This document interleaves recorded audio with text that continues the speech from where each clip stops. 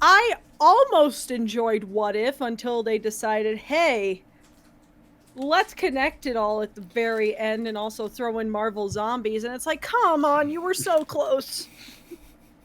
Just keep them disconnected. Don't make T'Challa's last thing so mid. Like, why?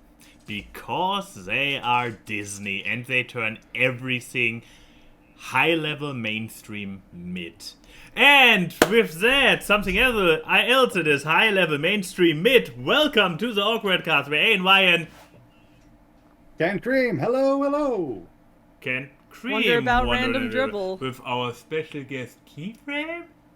I am very confused. Great to be on the show. It's been a hot minute.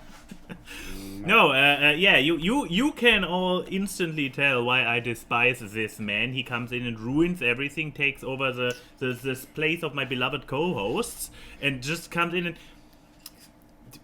ripping off my look here again. Vests are my thing, as our weekly audience can tell, because I totally wear a vest on this show every single week. Yeah, that's fact. There definitely was not a part in the pre-show where I purposely went and changed. Imitating me once again. Out of a hoodie.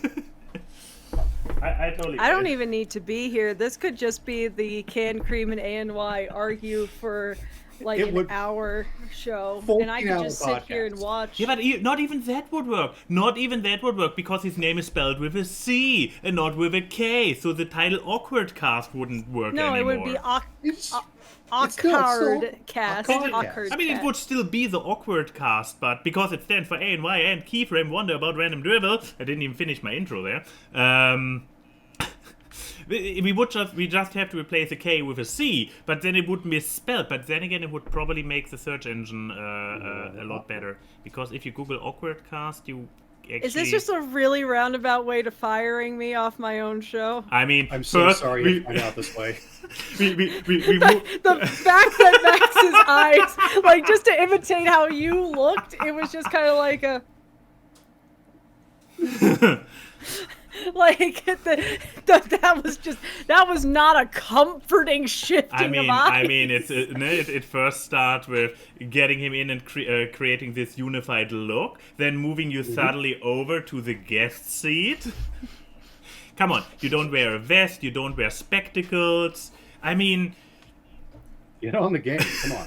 Wait, is glasses the thing we need? And the vest, and you can't hear me anymore. And the vest, and she's gone. This is the new podcast. That is the new podcast. Also, I still don't know what my media is. I hope you know your media. But in the meantime, as the new host, the new co-host of the AWKWARDCast with a C, Can Cream, please do introduce yourself to all the people and let us know who you are, what you do, and why people should care. Also, I assume your Tumblr is kind of your magnum opus, since basically your Tumblr is my Tumblr, or rather, you curate Tumblr for me, and I just repost every second thing you post. You would not be the only friend I have. I'm basically just the filter of Tumblr for them, where they repost in half the stuff I do. It's always great whenever I log on and I see like this block of ANY reposted, ANY reposted, ANY reposted, ANY reposted. It's basically like, you curate Tumblr for me and I curate your Tumblr for the rest of the world. Mm-hmm. Oh my God. And except it doesn't make it better. It's actually just filtering out the good content, so everyone can just get the raw sewage. Great! Speaking of raw sewage, I was wondering when that would pop up. Oh, this show is a dumpster fire. Canned Cream's magnum opus is Tumblr, ladies and gentlemen. I will not go back. Yeah, well, we definitely saw ladies there, so. Oh, yeah, we saw ladies. It doesn't show that it doesn't have the little icon, so people cannot tell how many of them I already have retweeted. It's a lot. I remember. This one I did. The text ones I usually skip because I'm too lazy. No, text. Go back to the dog. Go back to the dog. Fine, I go back to the dog, and in the meantime, Canned Cream can tell oh no, this means the titties are back. Canned Cream can tell the people who he are, what he does, and why people should care. By the way, screen this the is dog. the new format of the podcast where it's just going to be going through my Tumblr and commenting on. Well, the answer the content is I wait for. once upon a time, if you want to jump back 10 to 13 years ago, I, along with dear A and Y here, we were both in the MLP community doing our little analysis videos. Me, slightly better, of course, hence the rivalry. Fuck you. It's like no time's passed at all.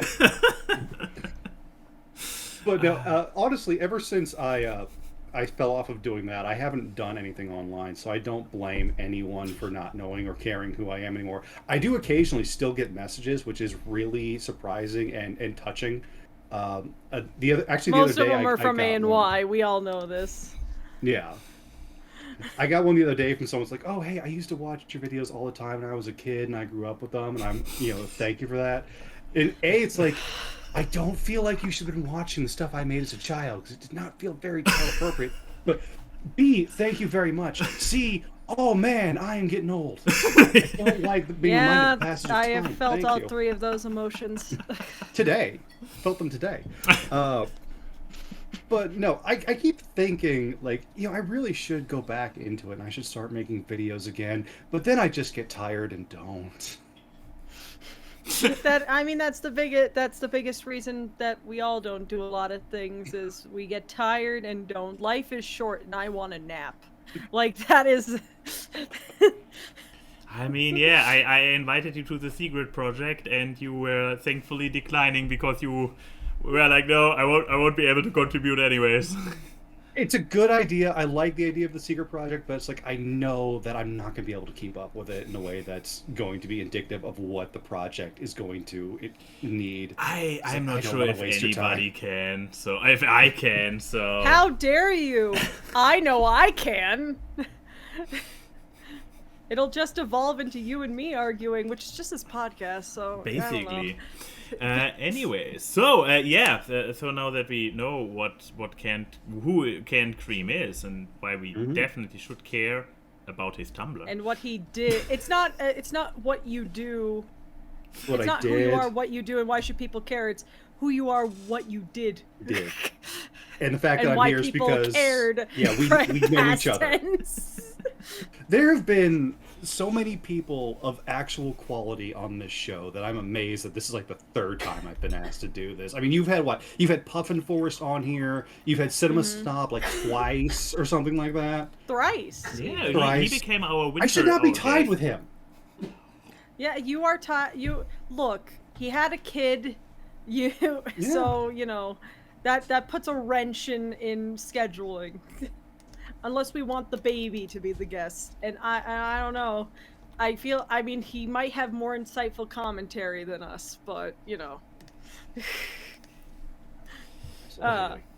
But yes, what's been going on in your, I didn't think me saying a baby would have more insightful commentary than us would kill the conversation, but...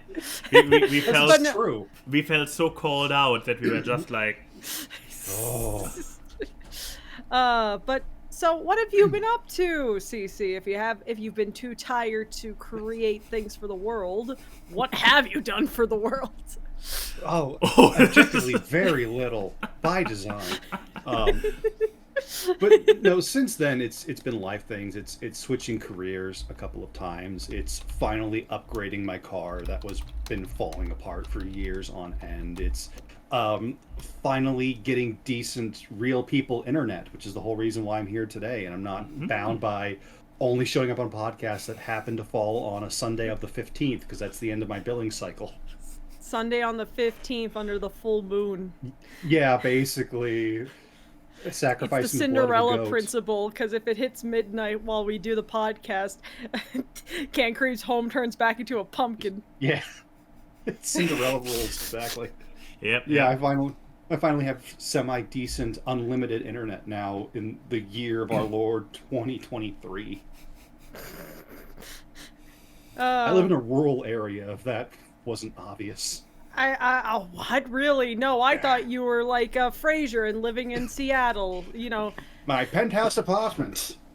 Your penthouse apartment with your scrambled eggs or whatever. I haven't watched Frasier in a long time. I don't know what it's about. I know Doppler from Treasure Planet's there making snide comments. Doppler from Treasure Planet. Yeah, that's all you need to know. That's the show. Yeah, you know, funny Cheers man. Mm-hmm. Funny Cheers man. And the reboot doesn't have Niles in it, so who cares? Yeah, exactly. That reboot it just shows how many people don't like the actor who played Frasier anymore, who doesn't appear on the show. People want Niles. Yeah, I would watch a Niles show. I don't need Frasier. Look, Frasier spawned because people didn't want to watch the rest of the cast of Cheers. We can have a Niles show because people don't want to watch the rest of the cast of Frasier. It's a natural evolution. Is there, like, what is, like, the maximum number of spin-offs that have spun off of one show? I mean, like, spin-off to spin-off to spin-off. I mean, that's okay, so sequel series don't count, right? Yeah. Like, so that takes Star Trek out of the equation. Yeah, because that's, like, a whole thing. That's just a whole universe. Spin-offs. That is a good question. Because like, has a spin-off gotten a spin-off? Okay, so Cheers had Frasier. Yeah. Friends had Joey. Everyone remembers the hit series Joey. I actually did check it out because at the time Friends was the kind of show we watched, but oh no. Let's see. Joey without Big the Bang rest. Theory has Young Sheldon, which is weirdly apparently actually a pretty good show compared to. Well, I mean, also a lot of people in retrospect do not like Big Bang Theory, so you know. Because it's also just shot like a completely different show. Let's see. Adventure Time, actually. I mean, does Adventure Time count? Are they spin-offs or are they sequels? Because Distant Lands and Fiona and Cake, I guess, count as sequels. Well, I think Fiona and Cake was officially labeled as a spin-off, but it really is more of a sequel. Yeah. It's almost like what Steven Universe Future was. It's like like an epilogue kind of thing. Yeah. Sadly, I think the show, you want to know the terrible thing? I think the show that I could think of that has the most spin-offs to it is fucking SpongeBob. Because there's that fucking Camp Coral show, because apparently we're back in the 80s where we need to have a kid version of every TV property. Angel True. They have a show about Patrick. Apparently they're making a movie just about Sandy. I don't. But yeah, I can't think of one that has like a million spin-offs that isn't just, they are all still like sequels or continuations of each other. Because if we win by that, Star Trek would win, obviously. Yeah. I mean, technically, what about Law and Order? I guess would also be one of that has a million spin-offs, because we need a bunch of suburban moms to be afraid of the outside world by watching their own version of true crime. With the homeless guy from Harold and Kumar. So no, not a homeless guy. He's a cult leader, right? Like Maloney. I don't know. Oh, have you never watched Harold and Kumar? I saw it once in college, and I don't remember much of it since then. Oh, I also just love the way that you grade other films by what actor from a bit part of another show or movie was then in that show. I mean, that is it's not a bit for this show. That is just how I refer to things. I feel like I got it from watching Phaelus a lot when growing up, because he does the same thing. I think that was like a joke in one of the first Child's Play or something videos that he did with Nostalgia Critic, was just being like, oh, it's the girl from Seventh Heaven. What? That's how you remember this person? Mm-hmm. So I just kind of picked up on that because, everyone and everything is derivative, and we don't have a single original thought. Phaelus was not the worst from Channel Awesome. I have fond memories of him too. Yeah, I still watch him because he's a big Ghostbusters fan. Ah. So yeah, man, we really just, the train left and we did not board. We weren't even near the tracks. We are still on the introduction of canned cream. Oh, this No, is, yeah. we're done. That was over in the first 5 seconds. We're past that. Fine. Oh, I mean, Fidel's right. Breaking Bad and Better Call Saul. Oh, and yeah. let's not forget Better Call Saul's animated thing, Little Jimmy or whatever it's called. And The all Slippin' the Jimmy. then That was terrible. Evil Superman, shitty comic turned into pretty good The Amazon. Boys? Yeah, thank you. The Boys has spin-offs, Yeah, because Oh, there's yeah. Diabolical and now there's Gen V which or we whatever. still have to watch. Yeah. Which we still have to watch. I'm not. I hear that they explode another penis, and that's the only spoiler I've heard from this show. Well, I I don't know. I don't know the setup, and I don't know the conclusion. I mean, I know the conclusion, but You know like, the punchline. yeah, all I heard, like, I was just sitting in a call, and Gerber's like, "Oh, have you watched Gen V yet?" And it's like, "No, buddy, I haven't." He's like, "Oh, they explode another cock," and it's like, "Thanks, bud." That was very. I'm glad that's the metric of. That's what you took away. Okay. I mean, I guess he was just like, this is, they don't hold back on, the gore, and it's like, I already know that from watching Boys Prime. Boys Prime. What? It's the Prime universe of boys. They're just boys. The How else boy would you universe. describe the boys? It's boys being boys. The show. In the Being worst something? way possible. But yeah, you know what? Speaking of media, CC, Hello.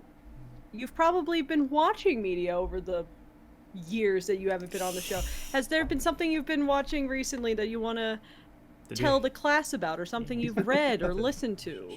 Show and tell. Anything qualifies as a media on this show, as long as you have something to say about it. We had someone bring a kazoo as a media before, Oh, so yeah, that's true. there's your But- bar that you have to step over.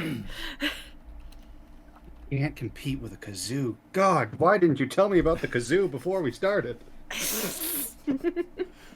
So, the thing was, after we set up doing this podcast, I did spend like a lot of time, an exorbitant amount of time, thinking like, what do I want to talk about? What do I do? Oh God, what do I even do? What do I consume? Food. And I was trying to think about something I actually had something to say about. And I think what I want to go back to, just because of the timing of it, was yesterday the trailer for the first season of Has Been Hotel finally dropped. Mhm. Yes. And yes. then earlier today I got a message on Twitter, because I'm still going to call it Twitter. Oh, yeah, please. Asking, it's like, hey, were you thinking about maybe doing a series of analyzing the first season of Has Been Hotel when that comes out? I was like, and the answer to that, if you have me watching, is probably no. But I'm going to call that like a sign from the universe, because to talk about Has Been and Helluva Boss for a little bit here, if you'll both indulge me. I don't know if either one of you have we attention watch to either it. series. You do? I think want to talk about Helluva Boss, because that's the one that's actually had 2 full seasons, or almost. Wait, 2 now full I'm on the wrong seasons media. now. Okay, yes. Now you're on the wrong media. I'm sorry. I was How using dare that as you. a branching point. It's a good. You can branching keep that up. Who cares? point. You shouldn't be watching that anyway. You should be watching. Potentially Amazon. Mm-hmm. They might Potentially, it is. It says Amazon at the end. But the relationship I have with the show is, I honestly, and maybe this is a little controversial, I do think it's good, but I think it is better when it's not being a comedy. I think it's a far better character piece than it is a comedy show. Because I can't think of a single time I've actually laughed at anything that's happened in Helluva Boss, or even smiled at it. But I've also been entertained the entire time, if that makes sense. No, entertainment does not equate to comedy. I think it So- does drama a lot better than it does comedy. I almost wish it was a more serious show. I No. can see what you mean by that. I mean, I disagree, but that's mostly because I really like Brandon Rogers' humor. So the humor in this show does click with me. But I also think the show suffers from terrible tonal whiplash. Yes, Yeah. thank you. Yes. Because I think that its comedy would be better if they weren't like, hey, here's a Fizz talking about how Ozzy's dick is like a kaiju. Mm-hmm. And then suddenly we had, and that was what happened but the thing that preceded it was them being like, I did try to come back for you, I'm sorry. It's like, what am I supposed to be feeling right now? Massive third-degree burns all over that character's body, permanently scarred. And then, yeah, total Dead whiplash to mom, a dick joke. like... Dead mom in the fire that you caused. The thing that I go to for the tonal whiplash is always... I mean, look, I have it pulled up in another window. Let me see exactly what episode it is. The recent one? Yes. So season 2, episode 2, the Seeing Stars episode. It's the one with Octavia and Luna in it. Okay, yeah. The very end there's that very good dialogue back and forth of Luna telling Octavia that, you know, it's okay that your dad's not perfect. He's trying, and that matters a lot. It's a very touching scene that then it's immediately cut off by Luna punching Blitz in the face, just as an out of nowhere gag, which I don't think. I think it feels a little bit like, to wrap it back around to Marvel again really quick, how Marvel has a problem letting a serious scene happen without adding in a joke at the very end. Do you know what I mean? I get what you're saying. I mean, it feels like occasionally the show has a hard time letting a serious moment just sit. Also, damn, how the animation has changed. I'm just playing the pilot. It I'm has come a long way. The team has increased tenfold. Yeah, but it's also like it has a little bit more of a rubber hose thing going on in the faces and stuff. I mean, also their eyes are a lot smaller in the pilot. Yeah. I've noticed. Mm-hmm. But I was gonna say episode 2 just also of season 2 suffers a lot by the fact that we didn't get the Beelzebub episode when we were supposed to. I did. I feel like that. I feel like that episode, like having that episode before the Seeing Stars episode, kind of establishes why Luna would be so hurt at Blitz in the beginning when Blitz threatens to fire her, after they just had like a lot of bonding time in the previous episode, and it's like, rewatching that and then rewatching the Seeing Stars episode, it's like, oh man, I wish we could have gotten this in the order that it was supposed to. Yeah, and if you didn't know about that, doesn't completely fix it, but it's also just like, man, that sucks. Helps. Yeah, if you didn't know about that, was because I think Kesha's lawyers really hide things up with that. I mean, Kesha was dealing with like a big gag order at the time too because of things not related to Helluva Boss. So yeah, but if you didn't know about that episode being aired way out of order, and you know, why would you know? It doesn't help with that tonal whiplash. The worst tonal whiplash to me is the Moxie's dad episode. Guys, you're killing me here. was with you know, Moxie's having a tense moment with his dad. The dad slaps him across the face and everything, and it's like, this is really tension building. And then there's dicks on the wall. Oh yeah, this is fine on Twitch, right? Oh, great clip that you picked there. I know, right? Wait. You guys aren't monetized, right? No. Thank goodness. So there's nothing to be lost. Oh, right. Well, don't worry. The cocks are censored. They're dildos, speaking. So it's fine. It's just polystyrene and rubber and whatever else. Are you trying to find the scene? Because you're way past it. Apparently. But they go back to the first scene of them in the dining room together. But they also bring it back constantly, don't they? It's kind of a running gag in the episode. Well, yeah. Anyways, continue on your thoughts about Helluva. I'm distracted now. I'm fully committed to this bit of finding the dicks. Excuse me. Keep going. We are two impeccable gentlemen, impeccably dressed gentlemen. Blitz have to be out of the room. Trying to find the dicks. Exactly. Okay, there you are. So far, it's just trophies of dead people. I mean, like, this is the tenth scene. Oh, yeah. The backhand. Exactly. The parental abuse. Like, the dramatic camera angles. The deconstruction of and like disregard of Moxie's sexuality, calling him, you know, just gay when he's like, say, Dad, I'm bisexual. Yeah, that's what I said, gay. So yeah, it's a serious scene, and then just all of a sudden, boom, dildos everywhere. I mean, I won't lie. I did laugh hearing Blitz yell from across the room. There they "There's are." Yeah, there's dicks on the wall. That's fucking hilarious. But that's also just because Blitz's actor knows how to say things in a funny way, you know? Oh, the voice actors are all great. I think there's not a single one of them that doesn't sell what they're doing. It's just sometimes the writing material, I don't think, always showcases what they can do. They need to pick their moments better. Of Yes. Don't bank all your jokes right next to all your traumatizing shit. Mm-hmm. Have a gradient, goddammit. You're I don't busy, know. Pop. You should know gradients. They're in half your designs. Like, come on. Hey!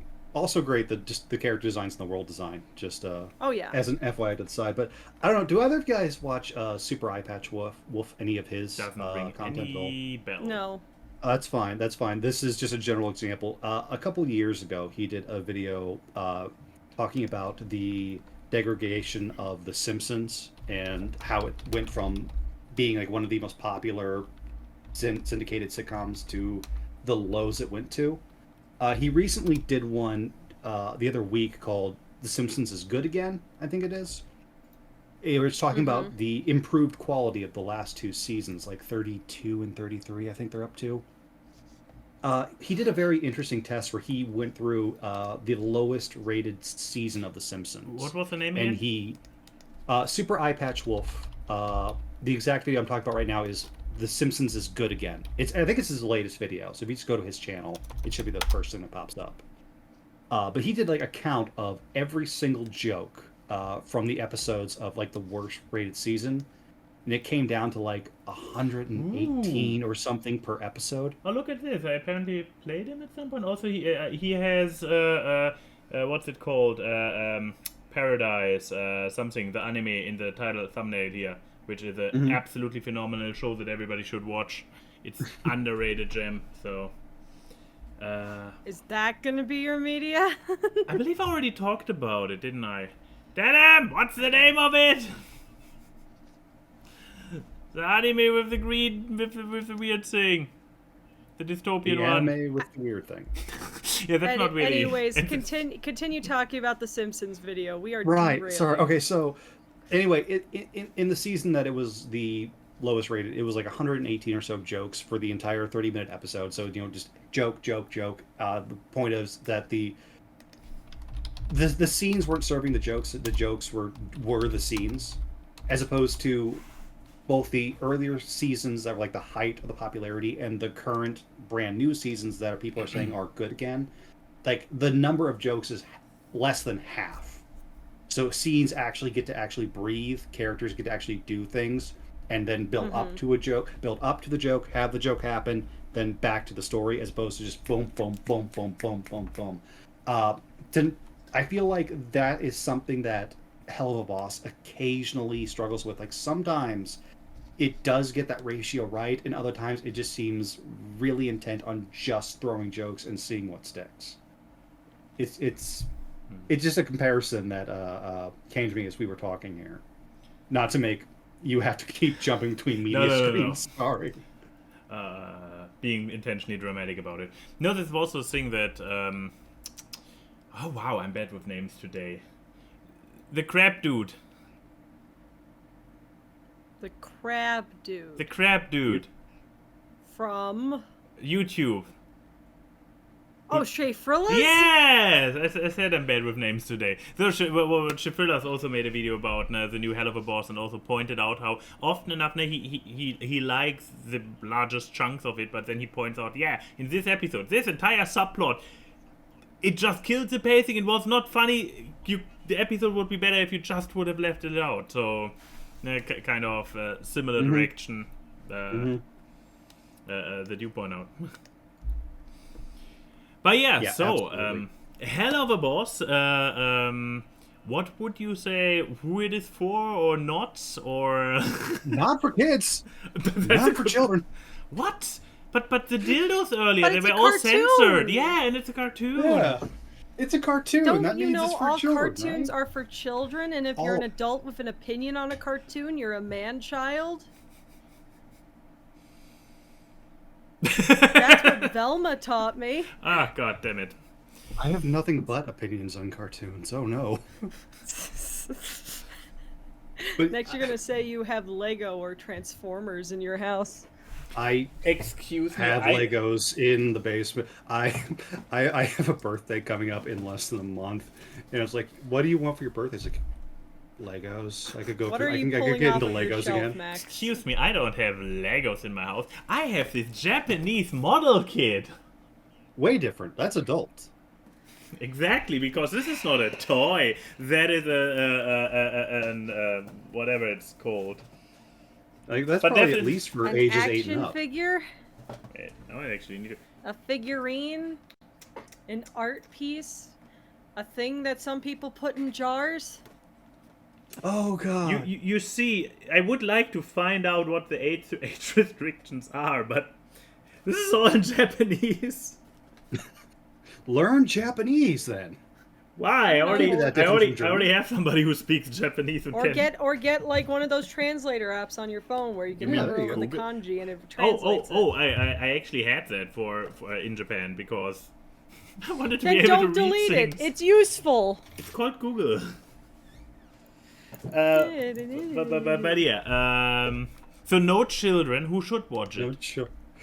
I didn't care for the comedy. You did, so it's very different on that. But I think we both agreed it can be a really good exploration of character. So I Yes. think if you find it funny, fantastic. Then it's definitely hitting on all cylinders for you. But if it's someone who just kind of wants something that's a very interesting character piece that has a very interesting world and great art, like all the art's fantastic. I always found it entertaining. I do wish I found it more funny, but I was never bored, and I think that's still important for media. True story. There So you go. who goes next? I don't know. Have you picked? I your media found yet? a media. I found a media. I went through my YouTube watch history and came across something. Glad I could are fill you time doing for the YouTube video one? You mean after Can Cream also did one? Are we I all mean, three actually, going mine YouTube? is a YouTube video Oh, one it too. Mine's is. a pilot. Oh no, we're Today's going 3 for YouTube 3. days, guys. Because here's the thing, I have like 3 or 4 shows, which I'm so close from finishing. But I'm like, that never stopped me from bringing a show onto Awkward. But super close from finishing when I'm basically, by next week, I can talk about the entire second season of Heartstoppers. And I'm not sure, did I talk about the first one? No. Okay, then I really have to talk about Heartstoppers. So, but I'm literally 1 episode away from having finished it. So I'm like, I talk about it next week. So you already know my Alright. media for next week, unless I forget or finish something better. But no, I have found a media, believe it or not. It's this channel, which I have Jackson Dickert. I have absolutely no idea what's going on. Apparently, he's an author, and the thing is like, because He's definitely not a graphic designer with this banner. Does it offend you? No. But here's the thing. I don't know. I don't understand. You see, his channel just started. 3 weeks ago, he did his first video. I mean, his first video was a banger, and this is also how it popped up on my radar. He got to interview Brandon Sanderson, which probably is... Oh, great. Advertisement. Thank you, YouTube. Great job. Great job. Oh, there. Don't look okay. at that. Don't look at it. Exactly. But yeah, so the thing is that I assume, I mean, this must be it. He must be on a friendly terms with Sanderson, because apparently in one of the other videos it was mentioned that Sanderson wrote something in one of Dickert's books. What's his name again? Dickert's books. What do you write in books when you are not the author but somebody else who talks good about it? Forward? Different word? More, not forward, more general, like a blurb? No, the blurb is the thing on the back. But some positive thing, some crazy thing. Like a review or A letter of encouragement? Testimonial? I feel like A forward review. is actually Maybe closer. they and you just don't know the word. use a different word. They definitely use a different word, but it's anyways, some positive word of encouragement. Not a biography. Brandon Sanderson didn't write an entire biography for Dickert.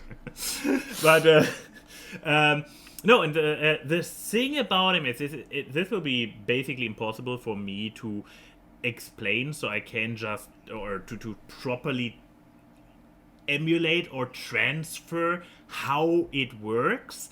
So I can just be like, guys, it's YouTube, it's for free, the link will be in the description on the YouTube upload, check it out for yourself. But it's like, this dude keeps interviewing what I assume are high profile authors, and he is just, those are mock interviews. And he's just asking absolutely stupid questions. The newest one, apparently, in the fourth video, apparently this was a very young author who in some newspaper got celebrated as the youngest author in his field. So the interviewer constantly, completely straight-faced played it as is the other adult man who has a published work under his name is basically a preteen or something. Like, oh yeah, and do you drink your warm milk and stuff like that. I cannot make it. I cannot emulate this is a parody the humor. It's a parody of Between Two Ferns. This is how these kind of interviews happen. Yeah. The question is the author in on the joke, or did they go in thinking that this is going to be a serious thing? I mean, reading the description of the last one is that they know it's supposed to be a pastiche of Between Two Ferns, but Between Two Ferns is at least somewhat scripted. Apparently these aren't scripted. I mean, he comes in prepared, he has pictures, like, oh, I created fan art for you, look at this, and it's like the ugliest Photoshop ever, and the interviewee has to be like, react to it. And they play along differently good. Sanderson did a reasonable good job. Then I believe this guy was brilliant. They had such a strong back and forth. It could have been a scripted comedy sketch. To the point where at the end they actually even play a video game together. Like, so they end with a little board of them playing. And yeah, I believe this guy, the last guy, he was still trying to play along, but he was less witty than many of the others. But I personally enjoy it. The dude and the Dickert, like with his straight faceness and with the outright ridiculousness of his questions and stuff, and seeing how those authors try to play along and whatnot. I found it very charming and entertaining, which is why I was like, I watched it. I watched the first one. I was like, what the fuck did I just watch? So I subscribed to him because I wanted to see where the journey goes. And then the next one pops up in my subscription list. And I'm watching it again. I'm like, what even is this? Is this an entire channel? How long is this going to last? What is this journey? And it's also funny. So I mean, this is the whole description of this show and how it acts just radiates Eric Andre show energy, which is very much like scripted, but like the host is kind of, the way they are. Yeah. I mean, advertisements again. Go away. Yes, I know. Get Google Plus. No, not Google. YouTube Plus or whatever. Google Plus. God, how old are you? Exactly. YouTube Premium, dummy. But yeah, they came to the conclusion that this author has telekinetic abilities, and so the interviewer gets out this completely normal rock. It's just a completely normal rock, as you can see. It's a regular rock he's holding and wants to demonstrate the telepathic powers. And that's what's just happening there. Like,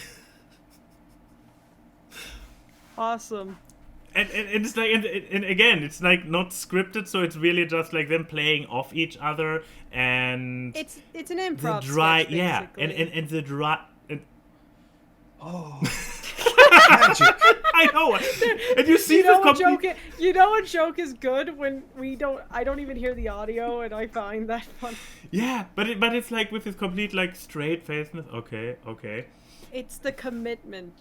When you're committed to the bit, and you say something stupid with full confidence. And I mean, the thing is, it makes it 10 times funnier. Outside of Sanderson, I have no fucking clue who those authors are, and I don't know any of their books. And yet, I found the shenanigans they pulled in relation to their work, I found it funny. So, Is it funny enough to look into what they wrote?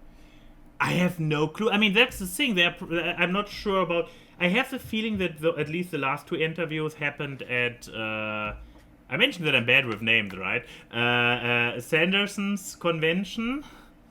It has a name. Wait, did you forget the name of these people when their names are in the titles of the videos? No, the convention. Sanderson has a convention. Dragonfest or something? No. Dragon Con? No. It's a little bit smaller. It's named after his publishing house, and this is something dragon in the name. Dragonsteel. Dragonsteel Con? Dragonsteel something? Anyways, I believe those last 2 interviews, they're obviously in the same location. I believe he just did at this kind of convention, so... So they're fantasy authors. Their quality of interacting with a weird interviewer in this kind of between 2 ferns rip-off, spin-off, whatever, doesn't really say anything about the quality of their writing, now does it? I would at least look up what they wrote at if I found them funny enough. It's like, okay, maybe if you know how to be entertaining IRL, maybe you can write something entertaining. Yeah. I mean, to a certain degree, you can say if they present a lot of wit in this interview, you can assume that also some goes into their books. The other way around, if they are not that witty spontaneously, does not say necessarily anything negative about their books. Maybe they are very witty when they get some time for to craft a sentence. So that's the thing why I'm like, okay, I have no clue if and what this says about their writing. But this YouTube channel, at the very least, I would recommend to check out. Again, it's YouTube. It doesn't cost you anything except potentially having to stare at an ad for 5 seconds. And unless you get YouTube Premium, which you should. Or ad blocker. Here's the thing: I have ad blocker intentionally turned off on YouTube because the creators, no? The creators don't get their thing. And I mean, and if you got YouTube Premium, the creators get more when you watch. Yeah, that's why I'm going the middle ground. I endure the ads, lower the quality of my own podcast when I show something on YouTube, and don't pay YouTube premium money. Anyway, mediocrity. How much did you spend on those anime buildy figurines? They have still price signs on it. So this one is 880 yen. Could be like 10-ish bucks. I forgot. $dollars.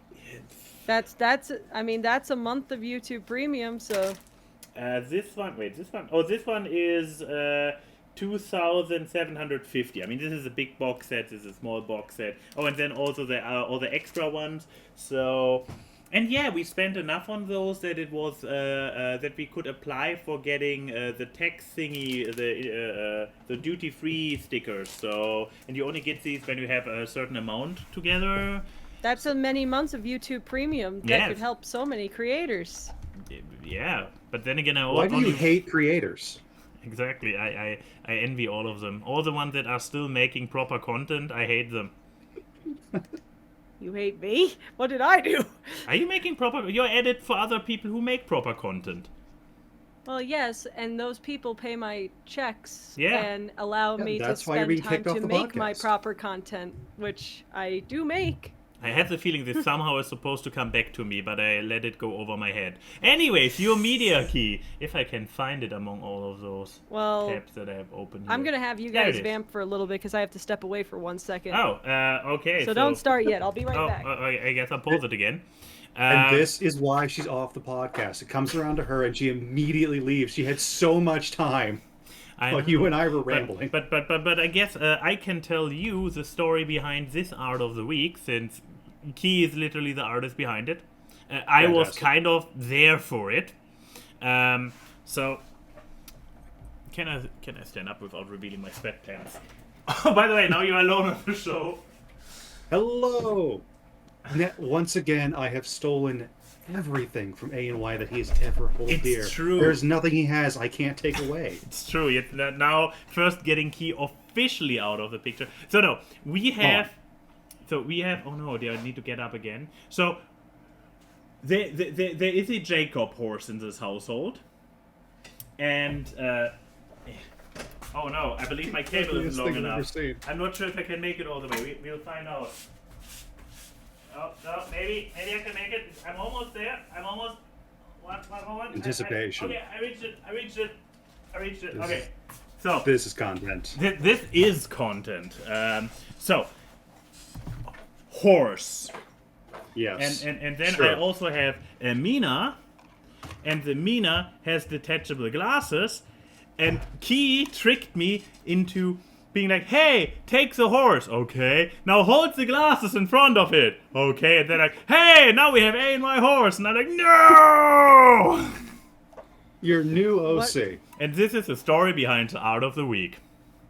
Oh, okay. So sorry about that. But yes, my media. I'm going to be talking about a pilot that just came out. So if people have been seeing like a weird rabbit man or a clown or someone that looks like Raggedy Ann but isn't, you've been seeing characters from this new pilot called The Amazing Digital Circus. This was created by a YouTuber named Gooseworks, who is known for making like fairly strange avant-garde stuff, and also the YouTube channel Glitch, which if you've ever heard of the show Murder Drones, that is also on that channel. Oh yeah, I heard of Murder Drones. It's not from the same creator. It's not from the same creator Not of from Murder Liam? Drones. It's just on. But Liam It's is not great. from Liam. It's from Gooseworks. Huh. But like it's a co-production with Glitch, which explains the animation style. So I watched this right before the show, so this has my genuine first impressions. I really love it. Like, it is manic in the best way possible. The show's basically about this advertisement for yeah. Saudi Arabia. The best content on this show. But yeah, so it's about this girl named Pomni who appears in this digital circus, which seems to be all these cartoon characters in this wacky world ran by this man named Kane, who is the thief with eyes in his mouth. Mm-hmm. And it seems like she put on a headset and entered this world, which is implied that's how all the characters got in there. And they can't get out, Is she the and one, they or- don't even remember their names from the original world. So their memories Sword are Art Online rules. kinda, but not bad, because Sword Art Online is trash. Boom! But, yeah. Take that, Sword Art. So I We're take coming for you. Yeah. it this is the girl you're talking about who just freshly Yeah, arrived Pomni is the jester girl, and I love her. She's a girl failure, and I love her to bits. She is so much fun. She does not vibe with anything going on, and you see her slowly have a mental breakdown throughout this entire thing, which is the reasonable reaction. But yeah, there's a bunch of kooky characters. There's like a rabbit guy who's played by the original Angel Dust, Mike Kovacs. Chess man and all these things. And basically Kane gives them a bunch of little adventures to do, basically to keep them busy. And yeah, the thing is, I don't know what's the line of spoiling stuff with this pilot, because they leave so much up for mystery, like to set up for the main show. They explain just enough that this world is inexplicable. And I know that's a contradiction, but this show, that's what it thrives on. Because they bring up that people can get corrupted if they are too obsessed with leaving. So there's a bunch of that. They really utilize the fact that they know that they're kind of digital and virtual, like they glitch out and all this stuff. It utilizes the medium very well. The way I would describe the aesthetic of this show is like really early Pixar shorts, but like with a higher budget and technology capability than when those were made. So like like the first Pixar short, the Snowman and the Snow Globe short, like very early stuff, but in the best way possible. I love how this show looks. I love old like CG graphics when everything looked this kind of plasticky and toony. And I really love when things embrace it that well.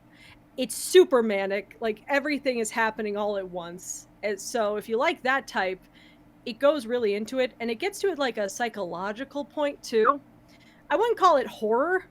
I mean, it's a horrifying concept, but you definitely understand how Pomni feels throughout this, of like, stand in for the audience. There's so much weird going on around her. Meanwhile, the rest of the characters kind of accepted begrudgingly that they're stuck in this weirdness. So I really recommend this pilot. I'm very happy to see such an original idea.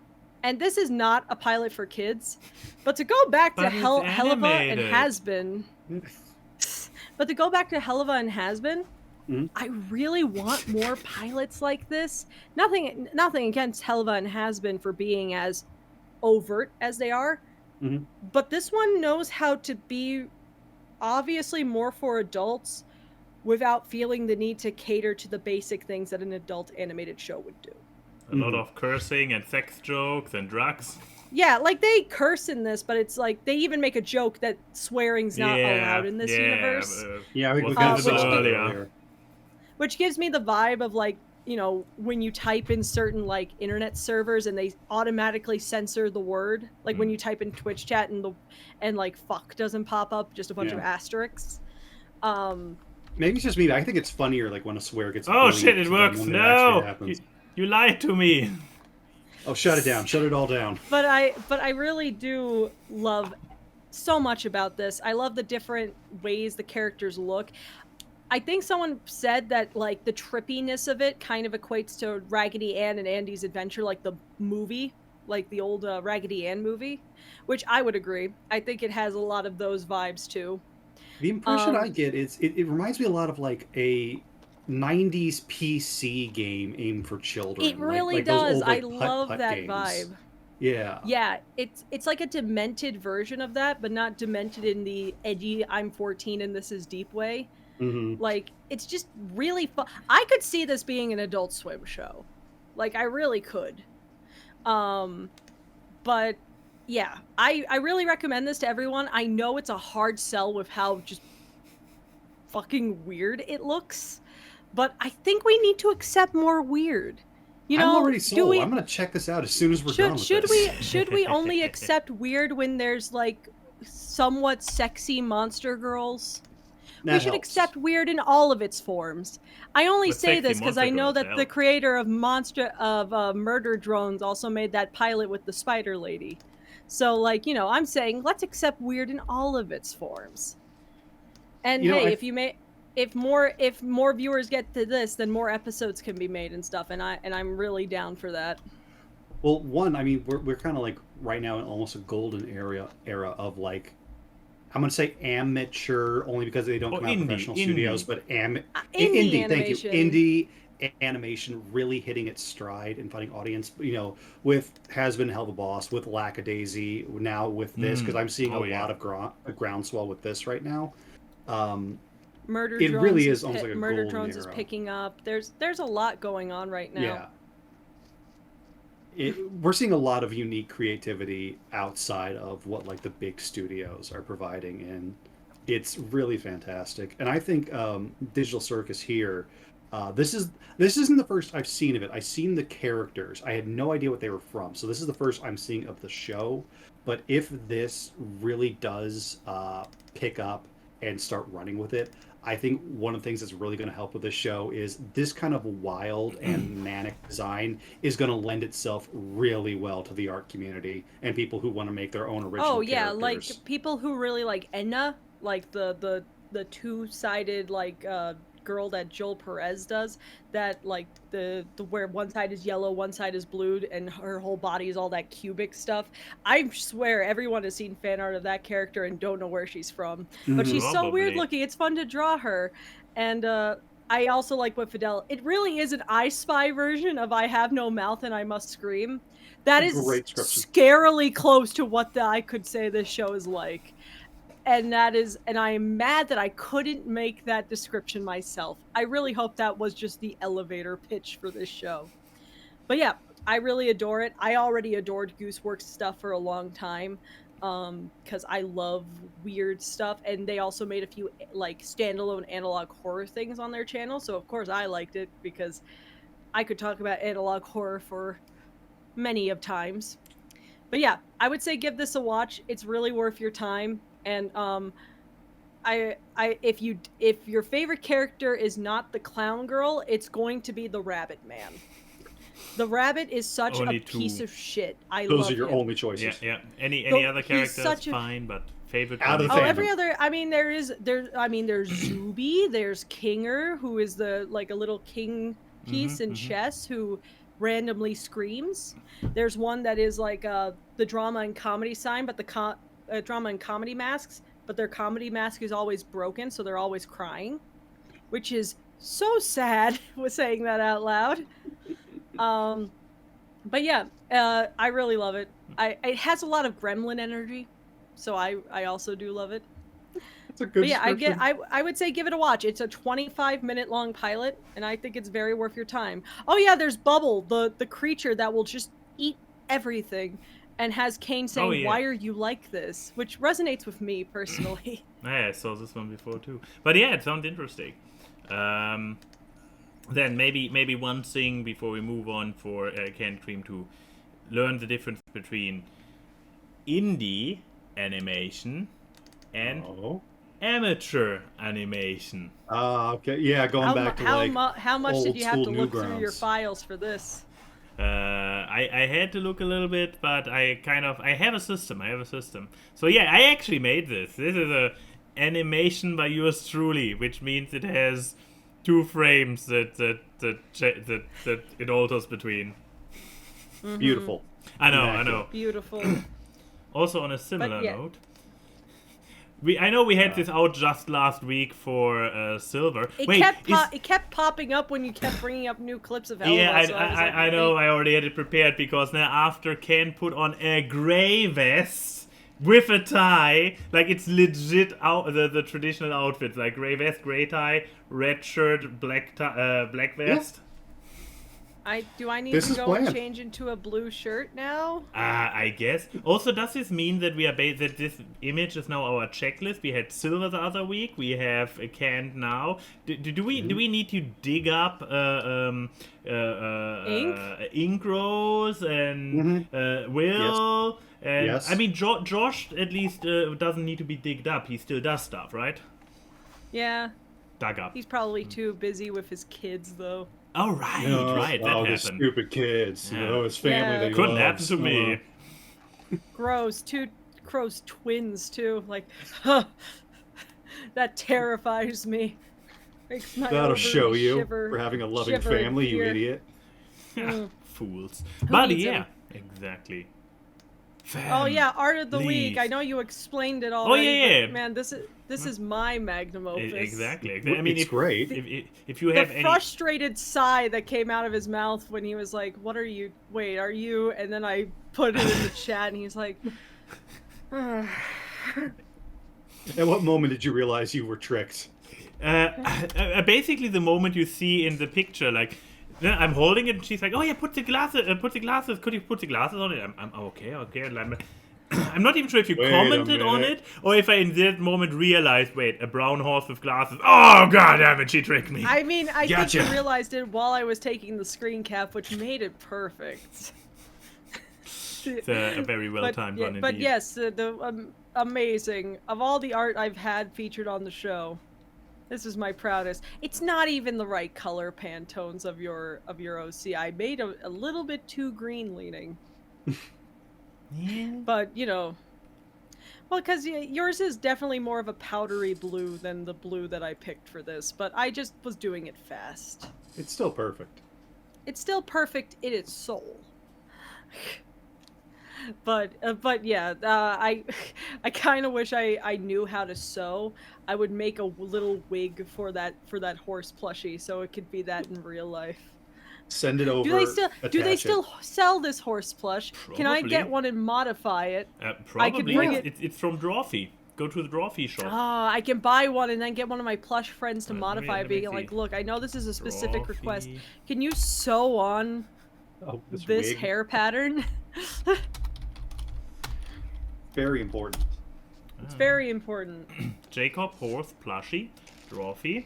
Let me see. There it is. How Go away. You don't get How my much email is address. it? $43? $45? $45, yeah. I put That's the I reasonable. hate link. that font. I put the link in the description for $45. Jacob I mean, Horse. it is a big plush. That's not I feel- bad for a plush. I mean, for a plush that big, it's definitely because of its size, not because of its intricacies. Excuse me, it's not excuse highly me. detailed. But... This is a horse. It has all the features that a horse has. How can you say this is not intricate? Look, it has 4 legs. Yeah, It like has a a horse. face, it has Like a a face horse. with 2 eyes and a mouth, it has 2 ears, like a horse. It even has all a on the same side. mane and a tail. So that is a horse. I would love to see the pitch meeting to the plush developers being like, okay, so here's the design. It's like, That's a horse. Yeah, that. Do you want us to Sold. stuff the legs? No. In fact, make sure they're as deflated as possible. $45 for a toy. Magical, do we need to go back to me asking the prices for those assembling figurines? Also, Toy with look, extra I'm just steps. saying, I cannot judge spending money on a toy because Oh God, what do we got? What indeed? I did spend upwards of $80 on these. Hey, to be fair, That's they're a made from collector's the item. same company that makes the dolls that you see in Robot Chicken.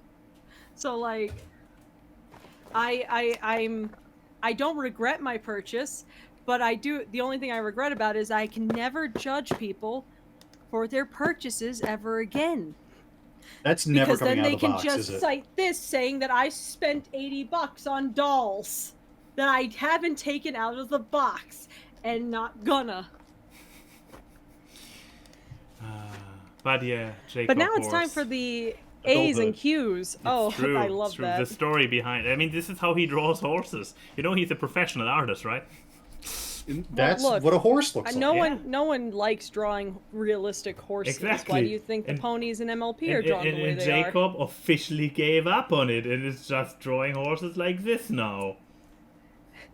It All gives those are me James horses. Baxter energy, like the horse in Adventure Time. Yeah. James Baxter. With that super You know, smooth the- animation.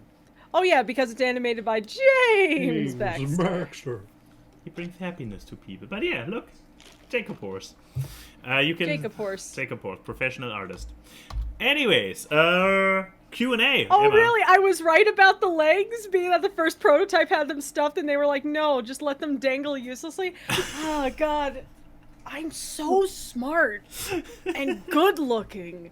Like, I'm just I mean, the genius. one thing that is really missing is a nice snazzy vest to fit in with the boys.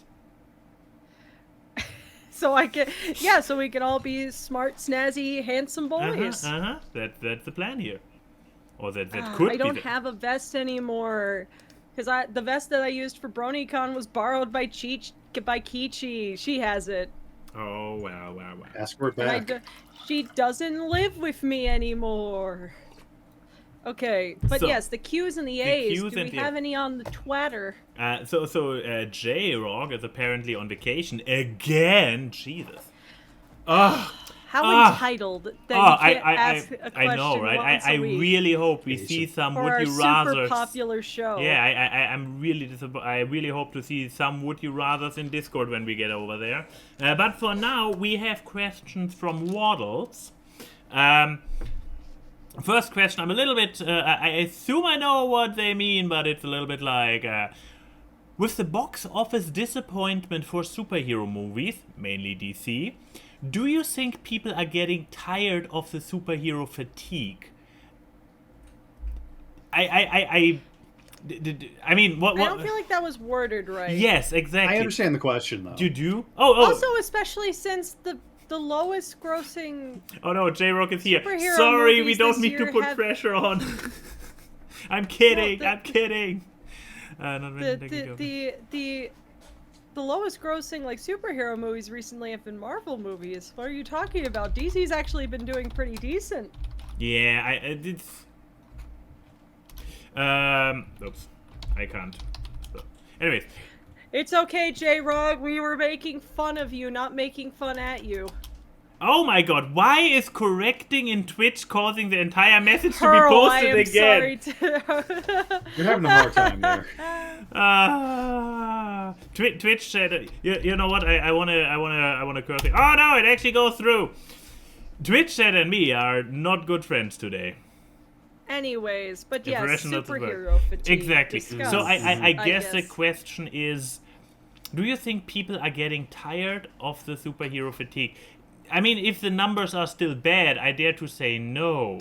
Or is this just? Do you think there is a superhero fatigue? To which which I would say like, yes, we are getting tired of superheroes, and there's a fatigue. I think there is a bubble that is being popped. Like, I also think that we're also getting like, especially with Marvel movies, I think we're just getting a fatigue of the overarching universe story. I think people are starting just to crave movies that they can be assured of has a satisfying ending because it's not setting up something more. And there's not like 5 movies one of the before you highest have to grossing watch. superhero films this year was Spider-Verse? Guardians 3. Oh yeah, Guardians 3, right? Well, no, because I'm not good because Spider-Man 2, like Spider-Verse 2, like has the cliffhanger of cliffhangers. Yeah, That's but people not an didn't example necessarily knew this when going in. I know many people did. I did not. I was sitting there, and when the cliffhanger came, I was like, "What?" And somebody literally shouted, "What was it? Fuck you!" or "What?" Some outburst of like, "No!" I mean, that happened at my theater too. Of Yeah. them going, "No, come on!" Basically, but yeah. like, but no, I feel like we're just in a fatigue of we're in a franchise fatigue. Oh, that's a good way to put it. Yeah. Yeah. I think superheroes are the biggest victim right now, which is sad because, man, we were in a before. Can you not be distracted while I'm trying to make an astute point? Yeah. I mean, just make your point. Come on, buddy, you can do it. I know it's. Come on. Well, now I'm distracted. Yeah, no, I'm I know. Sweatpants are you're not they're definitely not. I mean, suit pants, very snazzy suit pants. Come on, are not the jeans that you're used to. There. Okay. He's making it. Yes. Progress has been made. Yes. Hey! Voluntarily. It's Rocket. Yeah. little baby. Little baby boy. Look at him go. Has Rocket And been here we're when so- you were last time here? No, you didn't have ferrets yet. We're so proud of you, bud. Yeah. So proud. These are your Look children. at him. Exactly. But yes, anyways, what I was saying is that I feel like it's sad because we had a whole Such a period fucking supervillain. well, like growing up where the superhero genre was kind of just shit, and then we got really good and spoiled. And now we're kind of going back because it's been kind of, I know that's hilarious to say about movies in Hollywood, but it was commodified to the point that it became so streamlined and so assembly lined that we're just kind of tired of it. There's no artistry behind it anymore. They're just milking it, no? The first Iron Man, I watched it up and down, I had the DVD, and yeah, it was brilliant. Huh? Yeah, but that's my thoughts on it. I think we just have a franchise fatigue. Superheroes are just the easiest example. But what do you boys think? What do you think, Rocket? You were named after a superhero. It's true. He's named after Rocket Raccoon. Despite being a ferret. Yeah. I mean, they also have the little mask thing going on, and I believe raccoons are also muscelids, right? Maybe, I don't know. They might actually even be in the same. Yeah. There's definitely a raccoon as an image holder, and it's a mustelid, which is the same family as ferrets. Can I? Good thing we had the chart. Indeed. There. So are you guys actually going to contribute Answer. to the No, conversation? no, we gotta look at the ferret. But yeah, no, I would. No, I'm basically agreeing with you on in that regard. That because as somebody who is just so done with it, but no, I've enjoyed Guardians. I enjoyed you released, you fucking asshole. Also related to skunks, who are also Muslims. And now he's walking over the keyboard. Not over the keyboard. Not over the keyboard. I'm live. I love you. I love you, buddy. But please, not over the keyboard. Thank you. Bye. Okay, so can we get the camera back up from your obvious suit pants? Exactly, my very obvious suit pants that now stink after Ferret release. Okay, now Professional podcast. Back to the To conversation. the conversation, am I right? So, God. yeah, so... Hey, Can Cream, do you have ADHD? Maybe. I don't know. Is it obvious? Just checking. I'm still listening. I was just distracted by the ferret. I mean, I feel like that's fair. Yeah, fair. I shouldn't be maligned for that. Also, I've been hi, Paleo. desensitized to... Hi, Paleo. I've been desensitized to ferret. But yeah, and no, as somebody who has been very verbal about being just done with basically anything coming out of the Disney mass production facilities. Ashoka was also like, it was competent in parts, looked nice. Loki. Yeah, but that's the thing, like, and the fact when I realize that something is part of a larger overarching thingamajig, this is such a turn off immediately, which is why I can from personal experience confirm, like, yeah, but give me something like Spider-Verse, like Guardian 3, where you know it's really relatively isolated and it's even a final chapter to something. Can you even imagine something that is allowed to conclude? So I can 100% confirm what you... John Wick 4. No, even so, the idea that apparently they want to go in with prequels or whatever is already making me angry, because let it rest. Mm-hmm.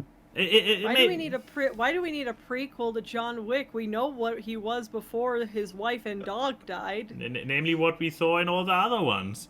But yeah. We're going to see the bit with the pencil. You know they're going to do the bit with the pencil. You remember that line from the first one? Where it's pointed out what he can do with a pencil? Yeah, how he got killed for him with a pencil. I mean, we saw him actually already do this thing with the cancel, I believe, in number 3. When he's in the subway, when there was officially the burn notice on him. Mm-hmm. And or was it in 2? No, it was in. I believe it was in 3. And he walks through the subway, and there's this guy at the little bar and stands around, tries to get him, and then boom, boom, boom, pencil. Anyways, yeah, I agree. Kent, your take on the question. Try to have an original thought on the things that we already said. Well, the reason I think that the superhero genre blew up the way it did is you got to remember coming off of, like, especially the 90s, a little bit into the 80s, how superhero movies were really these goofy, trying too hard to be real movies and not superhero comics. Some were occasionally good, but they were largely bad to middling. So when Iron Man, the original one, dropped, it was actually high budget. It looked good. The casting was great. The writing was great. It showed what a superhero movie could actually be, and that got people really excited. And first of all, this early part of the MCU began setting up something. You know, it was that ending clip that was really rare and now is just all over the place of Nick Fury with the Avengers Initiative. That blew people away at the time. There was an obvious plan going into this first phase of the MCU. It was really exciting. It was really fun. It was really new. But yeah, it then just kept getting done and kept getting done. And yeah, people have gotten burned out. I have fallen off of so much Marvel stuff. I don't even care to watch. I think the last thing of Marvel that I watched outside of the first episode of season 2 of Loki was the Marvel's Endgame movies, you know, that whole thing. After that, I haven't watched the Black Panther movie. I haven't watched the third Ant-Man. I haven't watched so much of the other stuff because I don't care anymore. I'm so tired. I can't keep up. Guardians, I don't want to. I want to fuck keeping up with stuff. For the Guardians movies, and you have seen Endgame, the only thing you need... There's nothing you need to watch for the Guardians movies. Probably just the first two Guardians. Yeah, because they abandoned Thor. Yeah, in Thor: Love and Thunder. Yeah. Yeah, exactly. Just if you're wondering why they left Endgame with Thor, and at the beginning of Guardians 3 there is no Thor, they dropped him off literally in the first 5 minutes of the Thor movie in between. Yeah, and that one all can the be cool skipped. adventures they set up. Nah. Yeah. So, but no, Guardians 3 peak. But otherwise, I'm 100% with you.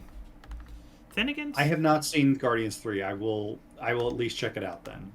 yeah, I personally also have a soft spot for Spider-Man Far From Home. Okay, yeah, the Spider-Man movies. Okay, Yeah. yeah, those I still do watch. Yeah, no, Because those feel like they're disconnected enough that you don't really need to watch everything else. but yeah. Otherwise, I'm also so done. Anyways, the question on Discord. Yeah. That was a long question. I just also want to say, just my last point on superheroes. Can we get superhero movies that are happy to be superhero movies again? I'm so sick and tired of the quips and the self-aware humor and like seemingly always sarcastic of like pointing out when a superhero trope is happening and stuff, and it's like, shut up.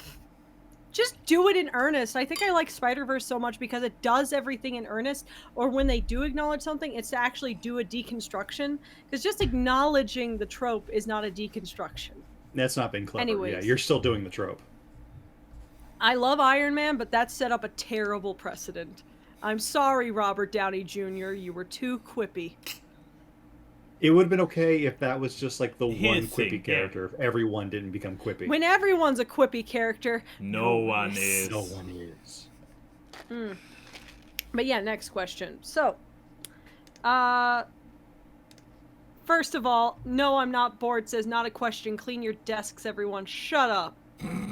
Shut up, Odie. My room's clean. My What are you desk talking is about? fine. My desk I only is actually have also cleaned up. I only have a coffee and an empty coffee and Look at that. 2 skull mugs and a Game Boy mug and I like that mug. a bottle of peach schnapps and a concerning low amount of vodka, and I could go on with this bit for a while. That's the sad part about this bit. Wow.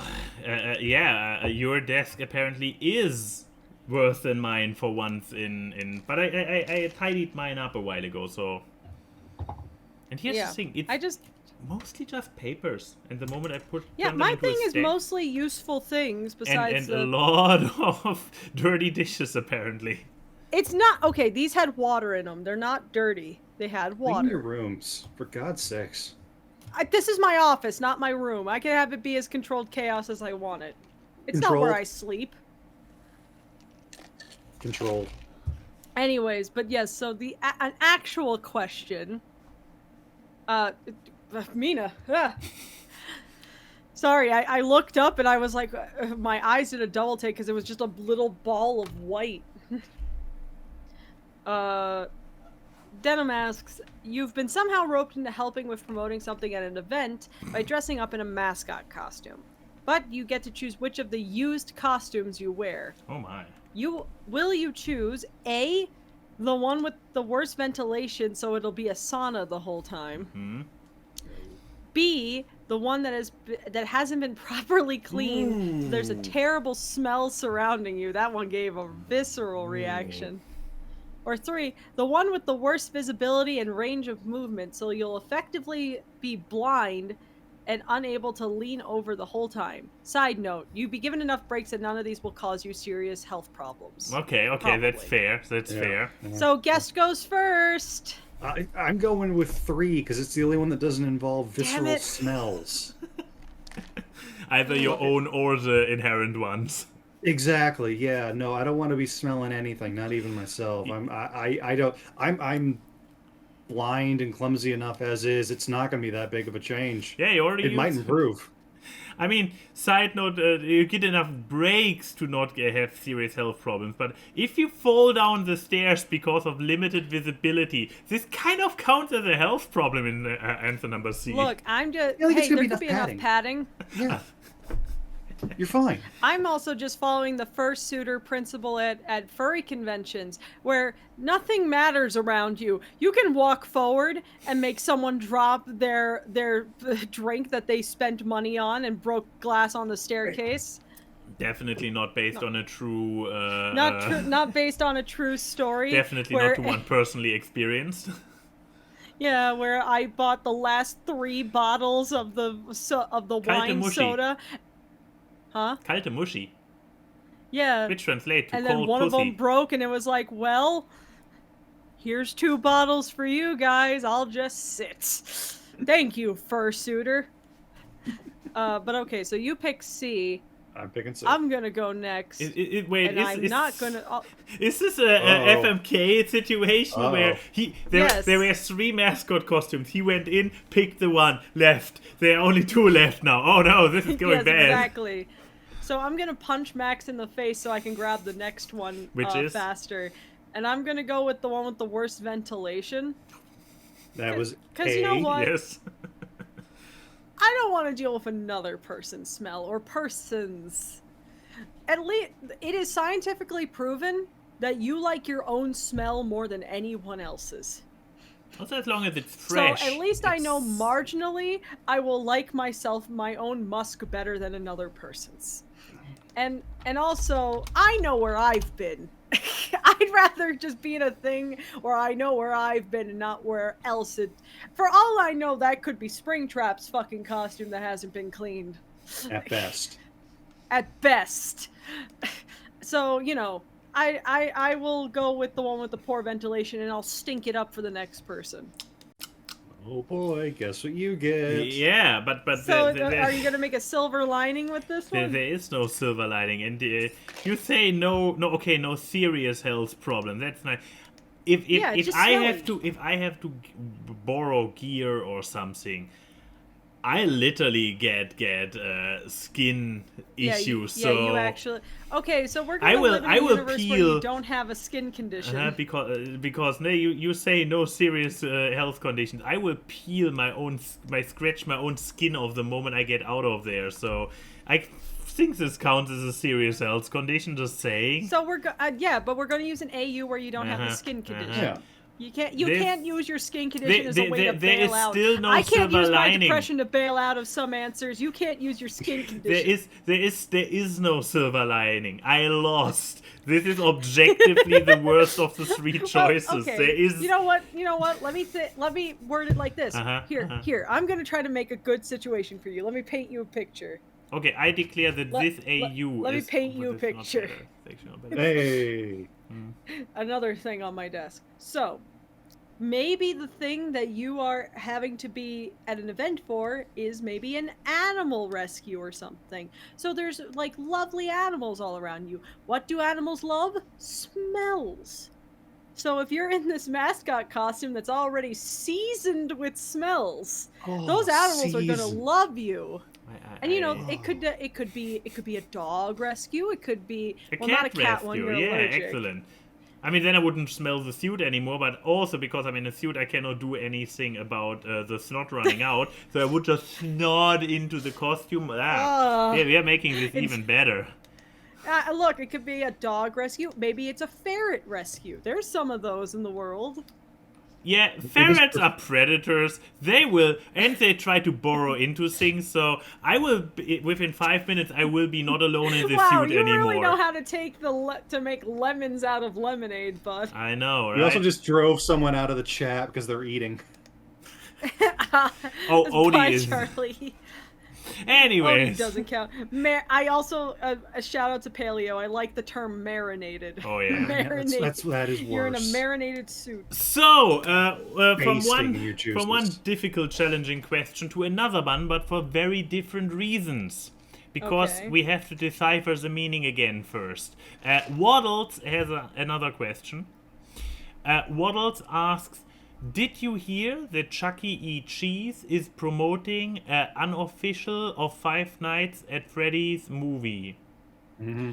Okay. Which there's a marketing campaign for Chuck E. Cheese that is parroting the Five Nights at Freddy's movie. And to the point that it even says purple guy on the poster.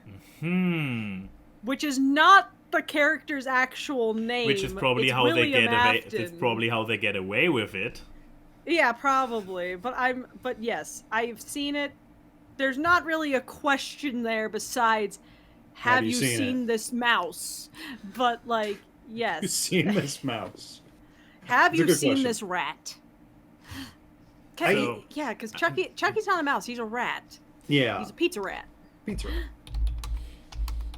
I had heard, I don't know how true it is, but I had heard that the official Chuck E. Cheese media tends to like discourage comparisons to Five Nights.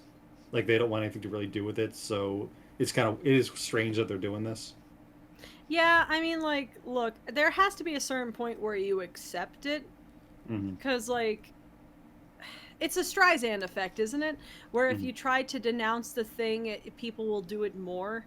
And it's been widely. I feel like Chuck E. Cheese also was like, "Hey, we don't want to be associated with this because one of the first FNAF theories that came out about Five Nights at Freddy's was that it was mimicking an actual shooting that happened at a Chuck E. Cheese in the 90s."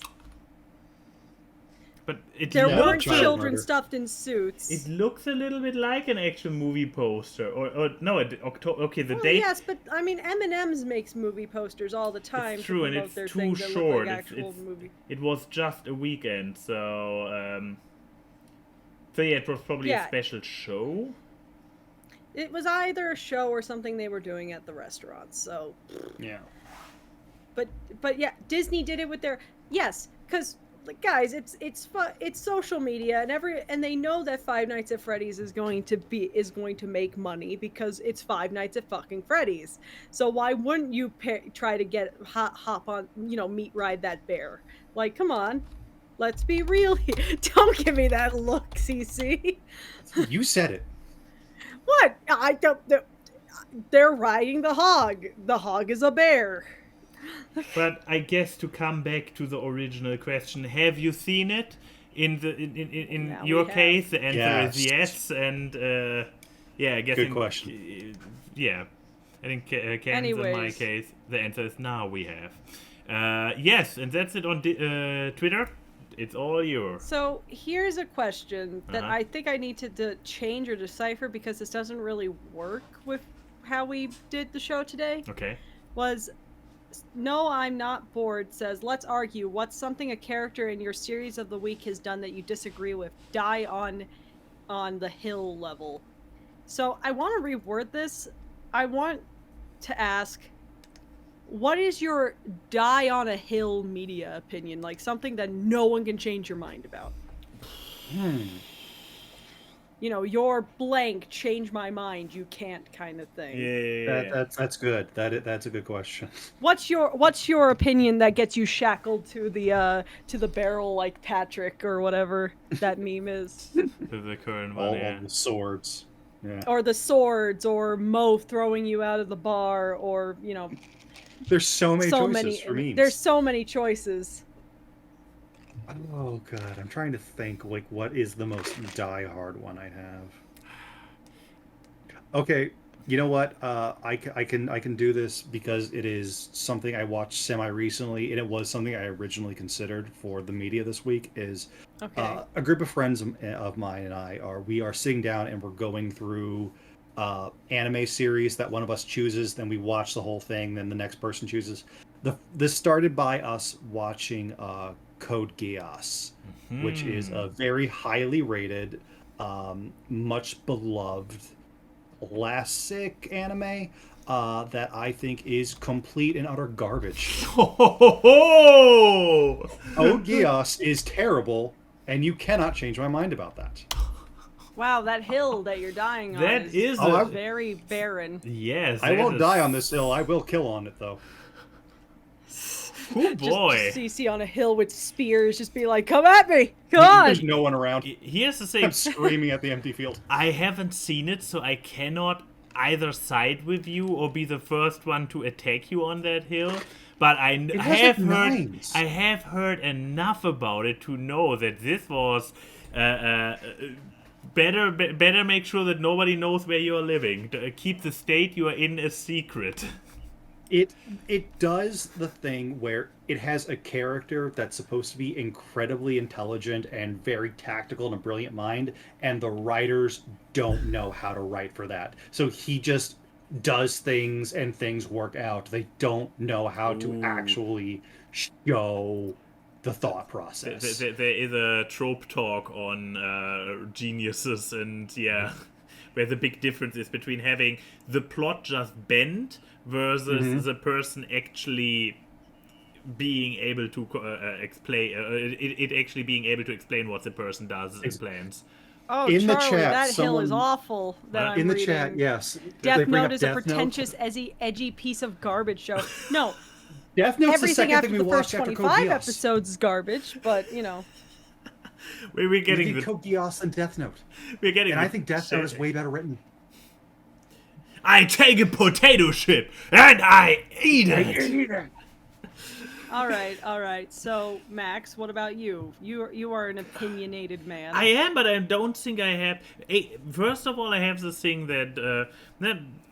opinion. I have like opinions like, yeah, Disney nowadays is garbage, but then again, I really enjoyed Guardians. You made me interested in Wish. That's the thing. I'm still open-minded. I would be like, yeah, their current practices are garbage, but I would not say that. I would not. I mean, there's a completely- healthy separation between the creative teams and the executives. Yeah, but also I haven't given up all hope that, or I'm not being like at a point where I'm like, oh no, nothing good came out of the House of the Mouse anymore. No, I mean it is watered down by all the bullshit they do, and I'm angry with them. But it's not an opinion where I'm like too set in stone that I would die on that hill.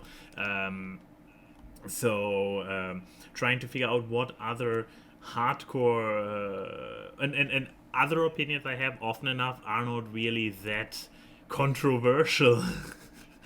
It's like It can be a depend. positive opinion. Yeah, you can have a positive, controversial opinion where you like Yeah. something that everyone else is kind of like, what the fuck? I'm not sure I have those either. I mean, you like. I'm indifferent to you all like Lower things. Decks. I know some people probably Yeah. find that to be controversial. Yeah. I enjoy Lower Decks a Yeah. lot, but I've also never watched Star Trek, so I don't know what that says. That's I've seen exactly exactly why one you episode of enjoy Star it, Trek. because it's Ironically- not a Star Trek show. And that's where Key is like, nah, if you look at Star Trek, how Gene Roddenberry truly envisioned it, Lower Decks is probably the truest Star Trek show, period. Because during original Star Trek, when Gene was actually still in charge of it, he was only in charge of it as much as the studios left him. Star Trek, so much stuff got censored out of Star Trek before it actually got produced that Gene wanted to see, and stuff like the Love Planet and so on, the Vacation Planet. Those are one of the tame leftovers that they couldn't take away from him. Lower Decks, especially the naughty stuff, is closer to Gene Roddenberry's vision than anything I have no else Star problem Trek. with the naughty stuff. I just think the main character is insufferable. Oh yes, he is, or she. Which one are you talking about? Anyways, we Both all of agree. them. We all, what? But that's why you have Green Girl and Cyber Dude. They are awesome. Andy and Can you Rutherford. not remember a single name from a show you're defending? I mean, you set me up to it, and there hasn't been a new season in a while. I forgot that. There's a new season out Yeah, now. because the show's It's canceled. airing right now. What? It's Yeah. cancelled? Season 4 is out right now. Which is really I'm surprised about it being canceled because it was Paramount Plus's like one of their most popular shows. But you know, animation costs money, I guess. I'm still upset about Inside Job getting canceled. Oh, after yeah, already that being, one like, too. promised it was going to be renewed. Yeah. It doesn't. What is my Oh yeah, there is. die on the hill media opinion? There is a new season. Thanks for pointing this out. Now I know what I have to I- watch. Wait, it's, Yeah, but it's Apparently, good. the newest season actually is pretty good. I'm going to give it a chance. but the newest season is behind a pay gate for me, even though I have Prime. I can link you to it if you want the episodes. I am pretty sure I can find the episodes, but it's Okay. like, I already have Prime. Why is Prime now advertising another pay-to-view service within Prime? That's Double Prime. basically, yeah. Now here's a hill. This will not be an unpopular opinion. Wait, or is it different? Wait, there are multiple. Wait a second. Nope, still Prime. Fuck this shit. Anyways, I will figure that one out at some point. Yeah, do we have a Key? Throw in your unpopular opinion. Yeah, I was Maybe about it to say, is it inspires my me. turn? Well, I mean, I don't think this should be an unpopular opinion, but I think judging movies by their trailers and like completely denouncing them is a terrible personality trait. I especially wish so you many would explain what you are referring to. Which so many and people don't learn from fucking Elemental when people kept announcing that, and then the movie actually came out and people liked it, and it's like, and now you're doing the same thing to Wish. I think that's not cute. But no, I think like. I mean, my other opinion is I don't know if it's controversial, but it is my die on the hill, is that I think the best Star Trek series to come out in a long time is The Orville, which is not actually a Star Trek series. But The Orville is also, like, the best Seth MacFarlane anything made ever, and everyone should watch it because it's actually really fucking good. That's kind of been like his passion project, isn't it? Like that's like it is his passion right project. Now. That is what the Family Guy money goes to, man. Like that is where it goes to. But like, yeah, The Orville is the best Star Trek show to come out in years, and it's not even actually a Star Trek show. And it follows it has the naughtiness factor and everything that can be imagined with that, and it handles a bunch of issues and stuff. Like it fits the whole Roddenberry thing. But the characters aren't insufferable. Well, yeah, that's like Galaxy Quest being one of the best Star Trek movies, which I also believe. Yeah, it's pretty so great. I will. So my hill that I'll die on is that the best Star Trek things that come out in a long time are just things that aren't actually Star Trek, because I don't think a lot of people know how to handle Star Trek. It's a lot like how the best Sonic games that come out are not made by the Sonic team. You shall be exactly yeah, essentially sometimes the best things that come out of things are made by people who have never been involved with the franchise. But there you go. Yeah. So do we have anything else on Twitter? No, Twitter is dead.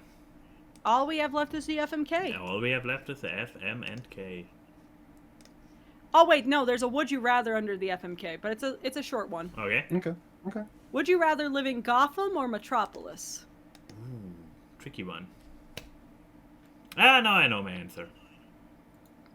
You want to start then? No, I mean, unless you need. You're the guest. You start. Guest has okay, if you have to think, then let's see. Maybe Key and I have the different answers, and then you can side with whoever is more right. No, I would go with Gotham City. I really agree. It's mostly for the aesthetics.